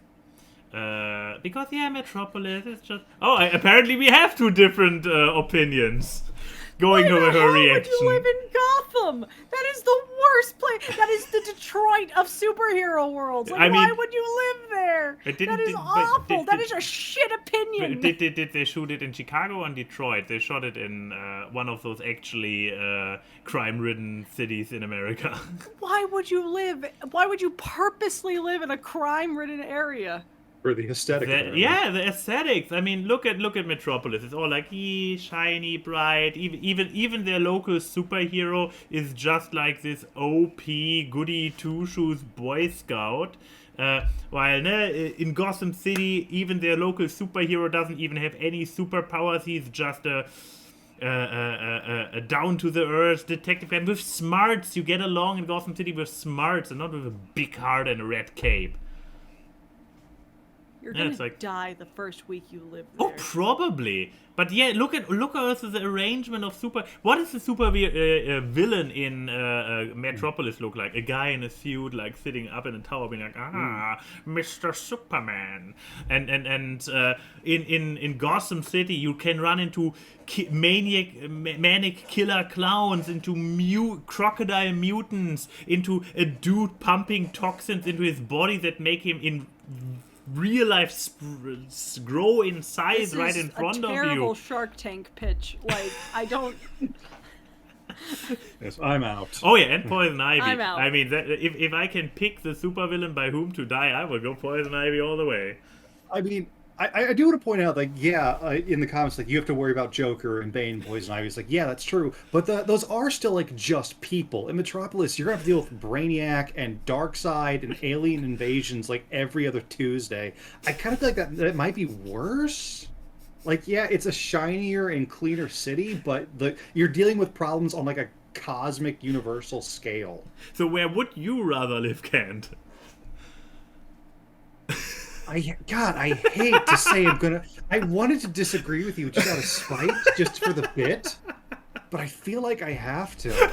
Like I have to agree with you. I probably would go with Goth. I know. I'm sorry, Keith. You're once again. I wanted to gang up with you against And again, you're ripping me off by agreeing with me. How does this keep happening? You are so unlikable. I think we're destined to do this dance forever. I guess so. You guys are such fucking morons. Hell yeah. Because look, yeah, Metropolis has supervillains like Alien. You know who's my superhero? A fucking alien. What's your superhero?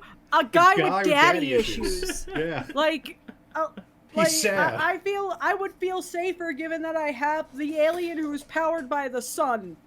Like, and also, I feel like it's easier to just leave Metropolis if I need to, because, like, in most interpretations, Smallville is only, like, a drive away.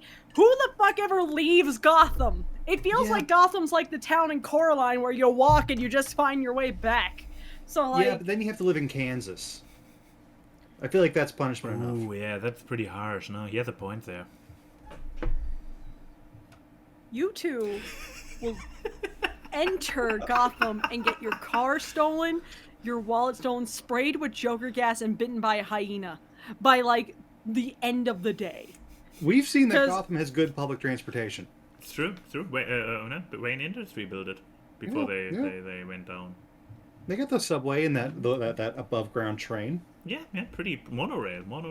Yeah, I think they have a nice monorail. Why do you hate monorails in public transportation? We broke her. We don't have to fire her from the podcast if she just leaves and never comes back. I feel like there's less of a chance of me getting shot if I live in Metropolis. Like, that is the simple thing. Yeah, space laser will kill you. Metropolis is like the city of Townsville, right? There's a lot of fantastical villains, but there's also a fantastical superhero to offset it. What if you end up in one of the versions is basically where like Superman's the episode evil, of Powerpuff Girls where they move to an actual city, where it's just crime. At least my crime will be interesting because it's like an alien coming from the sky. Oh, you can't call Batman's supervillains uninteresting. Also, my shirt is having a rave again. What are you talking about? Okay, now it's there you go. Oh, there it goes. If I move a little bit, but it also does it when I'm sitting still, which is a weird part. Yeah, I'm just saying, I feel safer in Metropolis. Ironically, given that there's actual, like, otherworldly threats there, but I would feel safer there than the noir-filled Gotham City. Strange concept, I know. Yeah, it's got to be proper Gotham, though, with, like, the architecture and the gargoyles. So we agree on that, right? Yeah. Yeah, at least you'll look at something pretty when you get shot. Yeah, exactly. But yeah, anyway, the correct answer is Star City. And now the FMK. Let's get stupider. So, here's an arty FMK from Magical Dude. Fuck, marry, kill traditional art mediums. We have crayons, or cranes, markers, and colored pencils. So, are the markers scented? We all enjoy these. We all enjoyed these as kids. So let's see how you enjoy them as adults. Oh my! Exactly. So CC, you're our guest. You get to. Which one are you? Courting? Again, are the markers scented? This is very important. You know what? Sure, the markers are scented markers. Okay, then that's the marry. That's the one you marry. Why? Okay, okay. You huff markers. Yeah. That's there's chemistry in that relationship. There's fun. There's romance. There's intrigue. There's mystery. Feel like you want to. Then, I'm gonna say, fuck the colored pencils and then murder the crayons because I associate the crayons with infancy, and I feel like the child murder is probably more acceptable than the potential pedophilia. I mean, he is not wrong. We are going to reword this because one of us inevitably has to fuck the crayons. Well, that But person is sure, in your universe, fine. Your I'm just- mental association. So, do we want to gotta think about the derail this whole mechanics thing. of fucking the colored pencils? Is this a sounding situation, or... Oh, you turned this back on me in a way I don't like. I don't... Oh, God, it has to be, doesn't it? Oh, no. I mean, I guess Oh. you could shove them up yourself. I mean, in one way or another, you're It's shoving going them in in something. yourself. I mean, It's just they are which end are you shoving all it? they're They're all all kind going of in the something. same shape, so they're all lengthy things. Oh, God, now I'm thinking what happens if it breaks off. Oh, no. It's one of those twistable colored pencils too, like the ones that have like the plastic and you can twist them. Anyway, so you made your decisions. I'm sorry I Um, did. I went second last time, so Max, you get to. Go first, second, Yeah. first after guest. Okay, so, here's the thing: they are all just pants. It's kind of like, okay. Let me go about this. So, What are you not envisioning them as like anthropomorphic anime embodiments like you do sometimes? no, yeah, but Yeah. they are Crayon Chan. they still look kind of the same. And when you call it Crayon Chain, you invoke kind of Ken Cream's argument. And I don't want to go this direction because I was about to rotate it this way. Okay. Do not go in the direction I went in. For God's sake, I regret going in that direction. Don't do it. But if we call her Crayon Chan, I already get the impression that she is like the ditzy one who has a little bit of a couple years back mental state. Oversized sleeve. You guys have terrible opinions on crayons. What did they do to you? Nevertheless, first of all, I'm starting to go with killing the marker because they are just they are the least ecological one, aren't they? So they are just stinky little. I mean, what worked for Ken in favor that they are little boxes of chemistry, and then they dry up at some point. Do you really want to have a dried up marriage?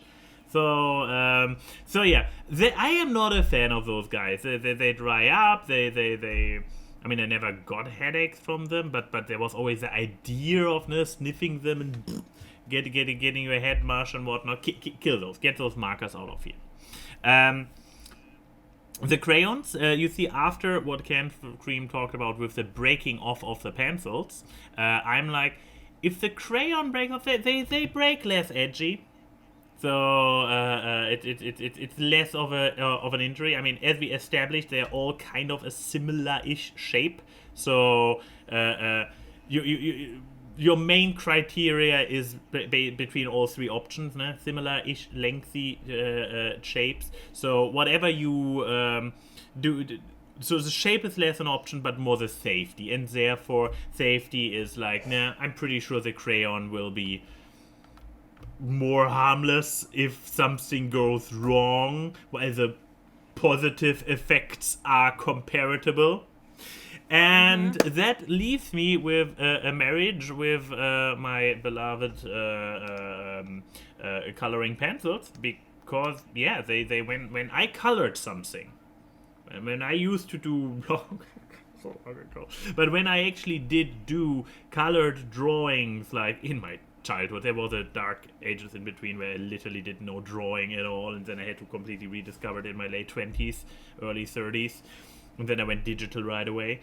Anyways, I used colored pencils for coloring. Those were my go-tos, like doing those that literally was my partner. My partner in coloration of the world. So now I'm coming back to it and marrying it. Now I'm committing after back then those childhood memories, and then after years we meet again and a wonderful romance blossoms. And now it's beautiful. your turn. I know, right? Now try to top that, Key. Okay, so twisting You it. didn't take any notes. Oh no. I'm fucking the markers, killing true. the pencils, marrying the crayons? Yes. Okay. So let's start with the killing. So I'm gonna kill the colored pencils because as we've proven, they seem to be, in one way or another, like a neglected menace of society. Because at worst, like, they were abandoned for years by people who didn't commit to art, or they were shoved up someone's something. At this point, I think I'm committing a mercy killing. But also, look, I'm just saying, as someone who's seen their share of colored pencils, those things are so abused. I mean, I abuse them. This is one of my colored pencils. What have you done to that thing? Try to kill it, obviously. Yeah, you know what? I'm just saying. Colored pencils, they enable my oral fixation by being existing enough, and I could chew on them with dog-like intensity. Well, that's And awkward. that's Welcome their to the post fault, show. not mine. No. What did you do? I was Don't just worry like, about it. well, that was awkward. Welcome to the post show. How dare you? But that's their Cancelled. fault, not mine. So I'm gonna kill them. I'm going to fuck the markers. Okay, why am I fucking markers? Yeah, yeah, why? That was Why- a good, clean yeah. sound clip, Here- too. If someone wants to Here's take the that. thing. Here's the thing. The other two, they're so dry. I mean, one is wood mixed with, some kind of waxy thing, and the other one's just straight up wax. They're not known for its, juiciness. Now, a good marker, that's juicy. That's nice. Have you ever had a Copic marker in your hand? Those things are nice and juicy. On the outside? Who's saying the lid's staying on? Oh my. Ooh. Now, good and lord. I'm just saying. Bringing some Look, color into the bedroom. Hey. Yes, it's going to be a very colorful experience, and you'll be able to tell what things are done by where the ink goes. So, easy cleanup because you see everything. I should have ended with the markers. God damn it. You taught me before that you always should end on the sex one because it's the easiest one to go into awkward. I know, So but you I need to wanted make to make this a marriage. statement You need with to your make guys's. this. Yeah. I want to make a statement though, because you guys treated crayons like shit during this entire thing. How In some of dare our you? scenarios, literally. Hey. You equated them to children. You infantilized them. And then This is all in Cat turn, Cream. Why do you say I should speak to both? This was him. the all regret royal of everything. those. not just I regret everything. okay. I regret being Can here. Cream infantilized them Uh-huh. to murder them, and then you just said that they are like just a safe fuck and all that it's worth, Yeah, which that's is a its own compliment. level of awful. They're so People easy. forget that before Crayola came in and changed the name of the game and caused the crayon stigma, is that crayons were used for years to create beautiful things, because you know what a crayon's also known as. It's also known as a wax pastel. It is just a form of art. There were artists back in the 1500s that used them for their portraits, used to make beautiful things. It caused it, and even new modern crayons, you can use their simplicity. You can use their way, their more simplified ways to be more creative, to push the envelope. But you guys just are too pea-brained to notice the potential that's in there. And what's a better relationship than realizing potential? And I could see that my words are as effective as a crayon because Max feels that the appropriate response is bringing a fucking plushie into the conversation. Oh, Mina, how did you come here? What a twist! Is it the USA? Something awkward. I don't know. Why do you have pencils? A and Y and Key say hi to the people in the chat. The memes us seen on this live stream as we talk about random grabs. Time for awkward guests. It's the awkward. Random guests and funny gags on the awkward guests. It's the awkward. Artwork and analysis which you do not want to